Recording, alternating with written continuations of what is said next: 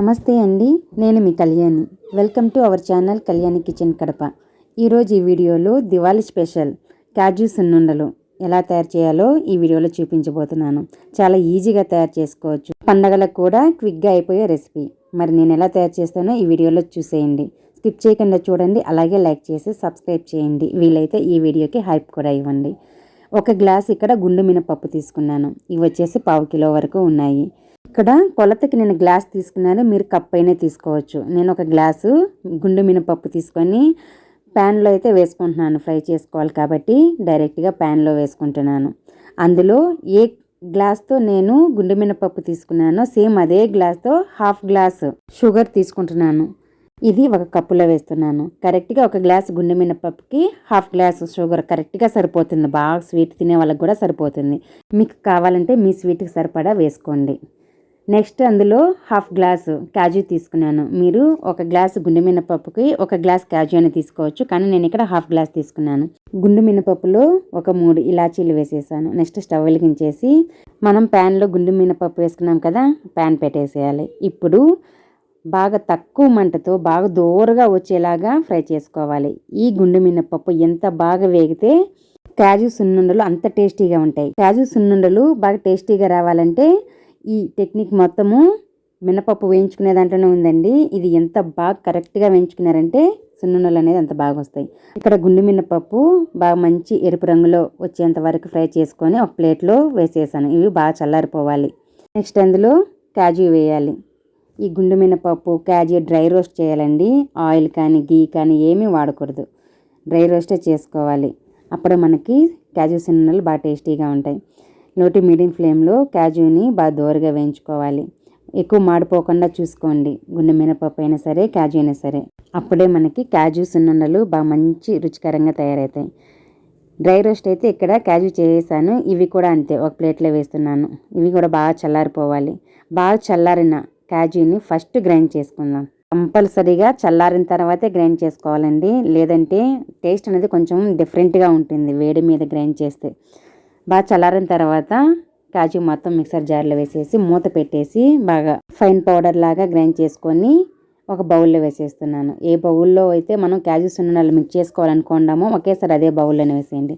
Next sugar glass తీసుకున్నాం కదా, mixer జార్లో వేసేసి ఇది కూడా మూత పెట్టేసి బాగా మెత్తగా పౌడర్ లాగా గ్రైండ్ చేసుకొని సేమ్ అదే బౌల్లోనే వేసేయండి.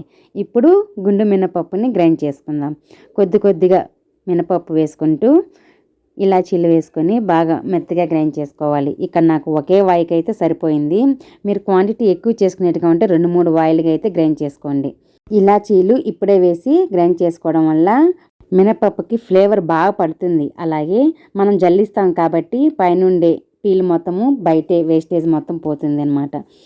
ఇప్పుడు బాగా గ్రైండ్ చేసుకున్న గుండు మినపప్పు పొడిని ఒక జల్లెల్లో వేసేసి బాగా జల్లించుకోవాలి. మనకు కాజు సున్నుండలు సాఫ్ట్గా రావాలంటే ఈ విధంగా జల్లించుకోవాలి. లేదు మనకి అంత సాఫ్ట్గా ఏమొద్దు, కొంచెం బరకగా ఉన్న పర్వాలేదు అనుకుంటే గ్రైండ్ చేసుకొని జల్లించుకోండి. అందులో గీ, షుగర్ పౌడరు అన్నీ వేసేసి కాజు సున్నుండలు అయితే తయారు చేసుకోవచ్చు. ఇక్కడ నేను జల్లించాను. ఇప్పుడు జల్లించాను కదా, ఆ నూక అయితే ఉంది. ఆ నూకను మళ్ళీ మిక్సర్ జార్లో వేసేసి మళ్ళీ మెత్తగా అయితే గ్రైండ్ చేసుకోవాలి. అలా గ్రైండ్ చేసుకోండి. ఎంతవరకు వీలైతే అంతవరకు బాగా ఫైన్ పౌడర్ లాగా వచ్చేలాగా గ్రైండ్ చేసుకొని జల్లించుకోండి. నేను ఇక్కడైతే గుండు మినపప్పుని బాగా గ్రైండ్ చేసుకొని జల్లించేసుకున్నాను. కొద్దిగా మిగిలింది. ఇది మిక్సర్ జార్లో వేసినా కూడా అది గ్రైండ్ అవ్వదు కదా.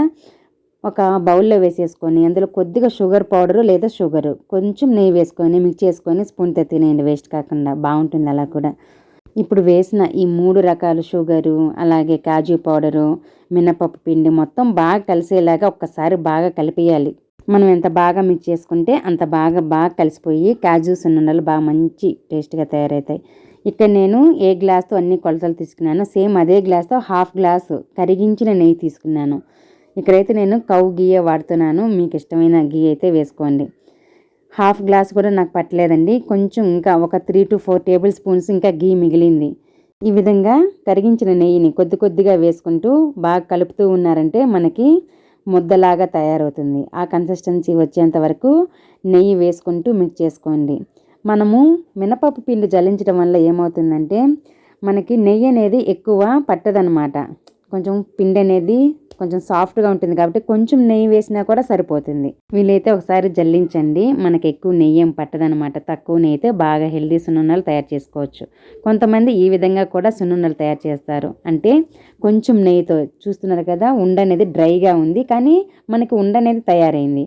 అలా కాకుండా ఇంకా కొంచెం నెయ్యి వేసుకొని ఇంకొంచెం సాఫ్ట్గా అయినా కలుపుకోవచ్చు అనమాట. మనకు క్యాజు సున్నుండ కొంచెం సాఫ్ట్గా ఉంటేనే బాగుంటుంది. నోట్లో పెట్టుకుంటే వెన్నలాగా కరిగిపోతూ ఉంటుంది, చాలా బాగుంటుంది.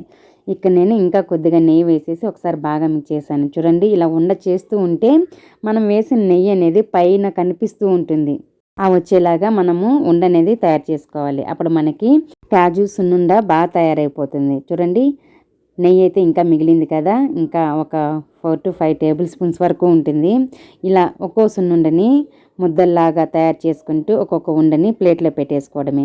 నేను మీకు చూపించాలనేసి అయితే కొద్దిగా చేశాను. దీపావళి పండుగ వచ్చేసరికి మళ్ళీ చేసుకుంటామండి. మా ఇంట్లో ఎప్పుడు ఈ సున్నుండలు అనేది ఉంటాయి. హెల్దీ స్వీట్ రెసిపీ క్యాజు సున్నుండలు. ఇలా తయారు చేసామంటే ఫెస్టివల్స్కి పిల్లలు ఆడుకుంటూ అలా ఒక్కొక్కటి తింటూ బాగా ఎంజాయ్ చేస్తారు. పిల్లలతో పాటు పెద్దవాళ్ళు కూడా బాగా ఎంజాయ్ చేస్తారు. షుగర్ వేసి క్యాజు సున్నుండలు అయితే నేను ఈ విధంగా తయారు చేస్తాను. నెక్స్ట్ బెల్లంతో ఎలా చేయాలో కూడా వీడియో అప్లోడ్ చేస్తాను. ఈ రెసిపీ మీకు నచ్చితే మీరు కూడా ఈ దీపావళికి ఇంట్లో తయారు చేసుకొని ఇంటిల్లిపాది హ్యాపీగా ఎంజాయ్ చేయండి. కంపల్సరిగా మీకు నచ్చుతాయి. చాలా అంటే చాలా బాగుంటాయి. నోట్లో పెట్టుకుంటే కరిగిపోయేలాగా ఉండే క్యాజు సున్నుండలు అయితే ఇక్కడ రెడీ అయిపోయాయి. మరి ఎందుకు ఆలస్యం, నేను చేసిన విధానము రెసిపీ మీకు నచ్చితే మీరు కూడా తప్పకుండా ఇంట్లో ట్రై చేయండి. ఫుల్ వీడియో చూసిన వాళ్ళందరికీ చాలా థ్యాంక్ యూ అండి. Thanks for watching.